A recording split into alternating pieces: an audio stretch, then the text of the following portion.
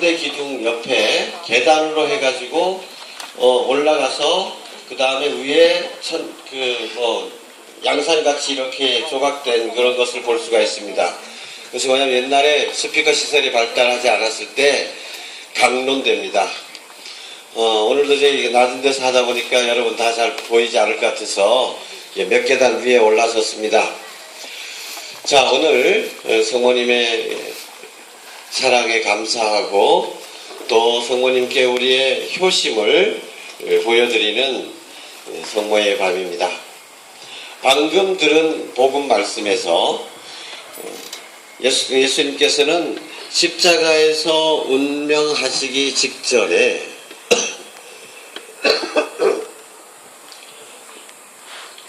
자, 우리 어린이들, 예수님께서 십자가에 못 박히시는데 다른 제자들은 다 도망가고 없었는데 예수님 십자가 밑에 누구와 누가 서 있었을까?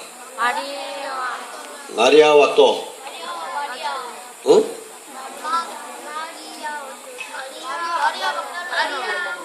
마리아와 마리아 막달레나. 자, 따라해 보십시오. 다른 성당에서 보면 그림이 예수님의 십자가 밑에서 예수님의 피를 흘리고 있는 바로 그 밑에 딱 두 사람이 대표로 서 있습니다. 한 사람은 성모 마리아고 또 한 사람은 사도 요한입니다. 이 사도 요한과 성모 마리아는 예수님의 늑방에서 흘러나오는 피로 새롭게 태어난 신앙인들을 대표하는 것입니다. 자, 신앙인이면 예수님을 믿는 사람들이다. 그런데 예수님을 믿는 사람들에게 있어서 꼭 필요한 것이 있습니다. 그게 뭘까요? 예수님께서는 십자가에 못 박히시기 전날 밤에 무엇을 만드셨습니까? 뭐? 그렇죠. 그래. 공부들 많이 했네.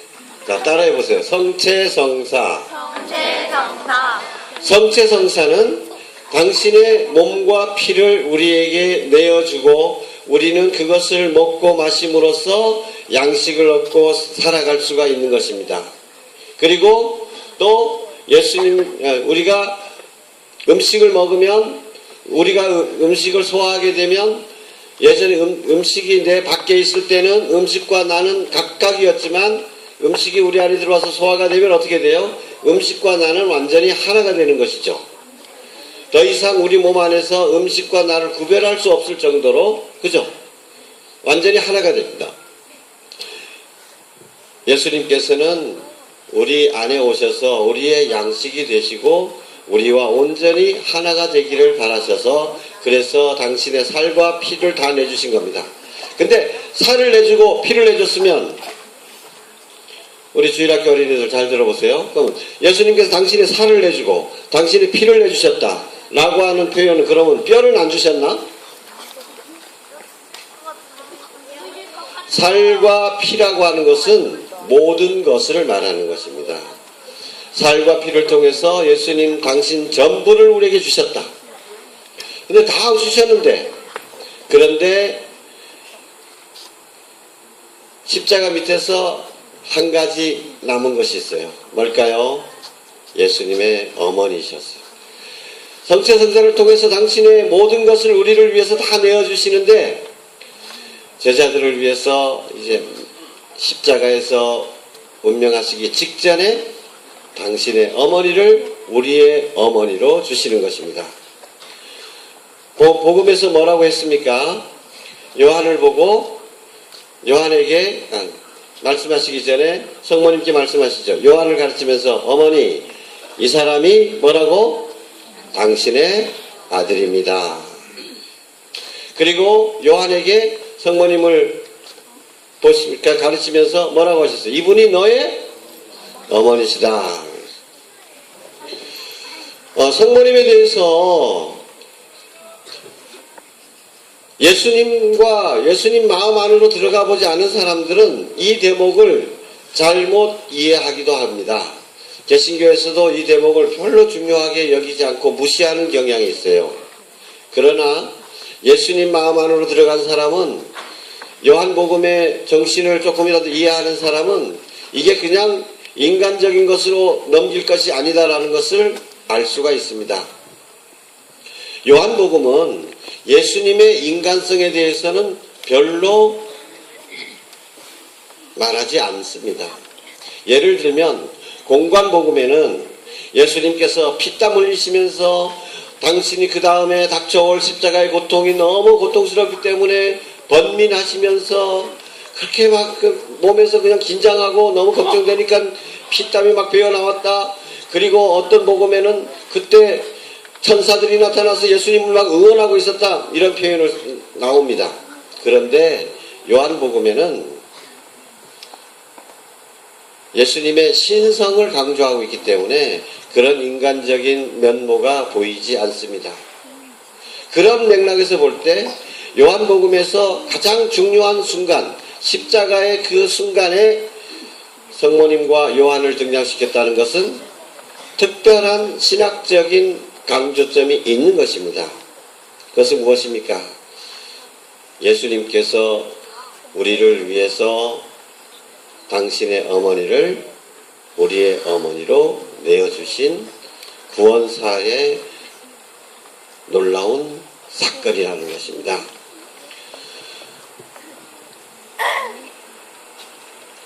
어떤 사람들은 예수님께서 돌아가시기 전에 아이고 이제 생각해보니까 내 나이가 몇 살? 33살. 아이고 나 저 장교도 못 가고 어머니 이제 아버지도 일찍 돌아가 버리셨는데 어머니는 이제 나마저 죽어버리면 혼자서 어떤 지냈고 아이고 요하나 우리 어머니 잘 부탁하라 부탁한다 잘 모시라 이런 식으로 생각을 합니다. 그것은 요한복음을 전혀 모르고 예수님의 마음을 전혀 모르기 때문에 그렇습니다. 예수님께서는 당신이 복음을 선포하러 돌아다니시는데 걱정이 돼가지고 성모님과 다른 친척들이 예수님을 찾아 나섰어요. 그런데 당신의 어머니와 형제들이 여기 와 있습니다 라고 하니까 예수님께서 뭐라고 하셨어요? 뭐라고 하셨습니까? 누가 내 어머니면 내 형제들이냐 이러신 분이셨습니다. 그런데 십자가 밑에서 갑자기 그동안 불효를 뉘우치고 어머니 생각을 한 겁니까? 아닙니다. 그건 너무나 인간 이하의 해석일 뿐입니다. 신학적인 깊은 의미가 들어있는 것입니다. 그것은 무엇입니까? 바로 예수님께서 성체성사를 통해서 당신의 모든 것을 내어주시고 이제 마지막 순간에 당신 외에 가장 소중한 당신의 어머니를 우리의 어머니로 주셨다는 것입니다. 어머니로 주신 것은 어머니를 우리에게 부탁하고자 하는 것이 아니라 어머니의 보호와 사랑을 누리며 살라는 것입니다. 바로 우리를 위한 가장 큰 사랑의 선물인 것입니다. 그래서 우리 가톨릭에서는 성체성사와 더불어서 성모님은 가장 귀한 은총 중에 은총으로 이것이 가톨릭의 가장 큰 특색으로 남아있는 것입니다. 성모님을 공경하는 사람들은 예수님의 뜻에 따르는 것이고 예수님의 섭리에 따르는 것이고 그래서 예수님께서 의도하신 대로 성모님의 돌봄과 보호를 받아 누릴 수 있다는 것입니다. 요한복음은 십자가 맨 밑에서 일어난 이 일에 대해서 그때부터 그 제자는 그분을 자기 집에 모셨다라고 표현을 합니다. 이 이야기는 무엇이냐? 앞으로 예수님의 제자가 되고자 하는 사람들, 예수님을 믿는 사람들은 자기 집에 성모님을 모시고 살아야 한다는 이야기입니다. 성모님을 모시고 산다는 것은 성모님의 돌봄을 누린다는 뜻입니다. 제가 주일학교 때 들은 이야기 중에서 지금까지도 가장 깊이 남아있는 이야기 중에 하나가 있습니다. 어떤 집안에 강도가 있었는데 이 강도가 처음부터 강도는 아니었죠. 그런데 강도가 되기 위해서 집을 나섰습니다. 그런데 깊은 산 중에 강도가 있을 만한 곳에 딱 가니까 갑자기 강도들이 딱 나타나서 내 이놈 어디 가냐 꼼짝 말고 있는 거 다 내놔라 그러는데 아이고 강도님들 반갑습니다. 이 자식이 강도 만나면 두려워해야 되는데 반갑습니다라니 아이고 나도 강도가 되기 위해서 왔습니다. 이 자식아 강도는 아무나 되는 줄 알아? 아이고 난 강도가 꼭 되겠습니다. 저를 받아주십시오. 그러니까 두목한테 한번 가보자. 두목한테 데리고 갔어요. 근데 두목이 그놈을 딱 보더니만은 야 아무나 강도 되는 줄 아느냐 임마 시험에 통과해야 돼. 무슨 시험입니까? 제가 어떤 시험이라도 제가 다 하겠습니다. 아무리 어려운 일이라도 제가 하겠습니다. 그래? 좋다. 그러면 지금 내가 이 칼을 줄 테니까 이 칼을 가지고 가서 너네 집으로 가서 어머니의 심장을 도려오너라. 그러면 강도가 될 자격이 있다. 강도가 되고자 하는 이 청년은 주저하지 않고 알겠습니다 하고 집으로 다시 돌아왔습니다. 그리고는 어머니의 가슴에 칼을 꽂고 심장을 도려내고 어머니의 심장을 손에 쥐고 황급하게 산을 향해서 달려갔습니다. 근데 너무 급히 서두르는 나머지 그만 나무 뿌리에 걸려서 넘어지고 쓰러졌습니다. 비탈길을 한참 굴르고 있는데 정신이 들어서 깨어나는데 어디서 소리가 들리는 것이었습니다. 너 어디 다친 데 없느냐? 아니 어디서 소리가 나는 걸까요?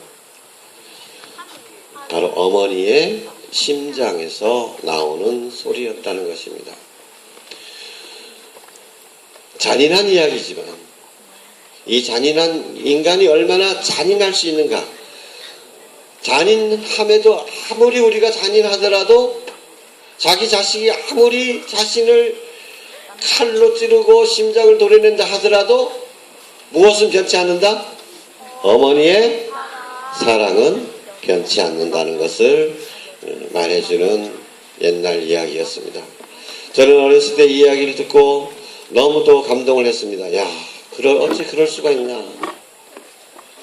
그런데 바로 인간의 어머니는 그렇게까지 하지 못할지 모르지만 천상 어머니 우리 성모님께서는 우리가 아무리 당신께 불효를 하고 당신 가슴에 칼을 찌르고 심장을 도려낸다 할지라도 여전히 우리를 걱정하시고 우리를 돌보아 주십니다. 우리를 위해서 기도해 주십니다.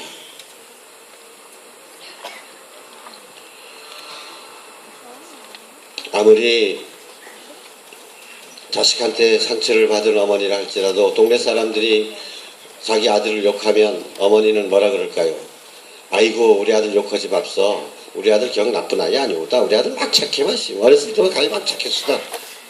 어머니는 아들의 착한 면만을 봅니다. 그리고 그 착한 면을 계속 키워주고 돌보아주고자 합니다. 여러분, 성모님을 예수님께서 우리에게 주신 이유, 이것은 이러한 극진한 사랑을 이런 돌봄을 누리라는 것입니다. 그런데 예수님께서 주신 이 큰 선물인 성모님을 자기 집에 모시지 않고 난 어머니 없어도 살 수 있다. 예수님만 믿으면 살지 무슨 성모님까지 믿어야 되느냐. 이런 사람은 교만한 사람이고 결국 신앙의 길에 있어서도 실패할 수밖에 없습니다. 예수님께서는 우리가 얼마나 나약한지를 잘 알고 계시고 우리에게 얼마나 어머니가 필요한지를 알고 계셨기 때문에 또 어머니의 사랑이 얼마나 큰지 어머니의 그 기도의 능력이 얼마나 큰지를 잘 알고 계셨기 때문에 어머니를 우리의 어머니로 주신 것입니다. 그래서 이제 예수님도 성모님을 엄마 어머니라고 부르고 우리도 성모님을 엄마 어머니 예수님과 우리가 성모님의 같은 자녀가 되는 큰 은총을 받게 된 것입니다. 이 5월에 이제 어떻게 하면 성모님을 우리 집에 모시고 살 것인가. 집에 성모상 없으신 분들은 오늘이라도 꼭 성모님을 작든 크든 모시기 바랍니다. 성모님을 모시고 집을 나설 때는 어떻게? 꼭 성모님 다녀오겠습니다.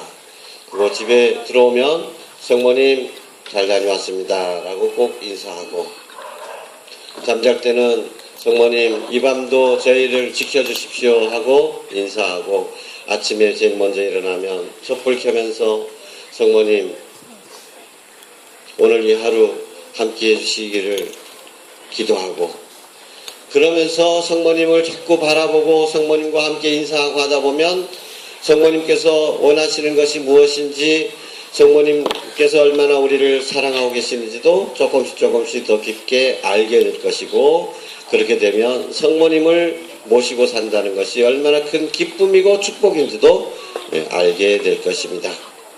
그리고 길을 떠날 때는 우리 주일학교 어린이들 꼭 주머니나 또는 요즘 너네들 책가방 갖고 다니냐?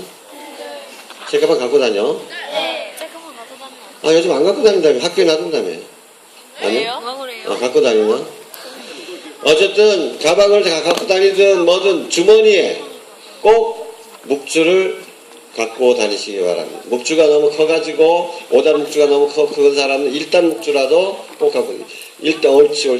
그래. 알았다. 그리고 묵주 몸에 지니고 다니기 불편한 사람은 뭐가 있어 또? 반지가 있죠. 묵주 반지라도 꼭 손에 끼고 늘 예수님께서 성모님을 나의 어머니로 모실 수 있게 나의 보호자로 주셨다라는 걸 생각하면서 성모님과 함께 살아가시기 바랍니다. 아멘.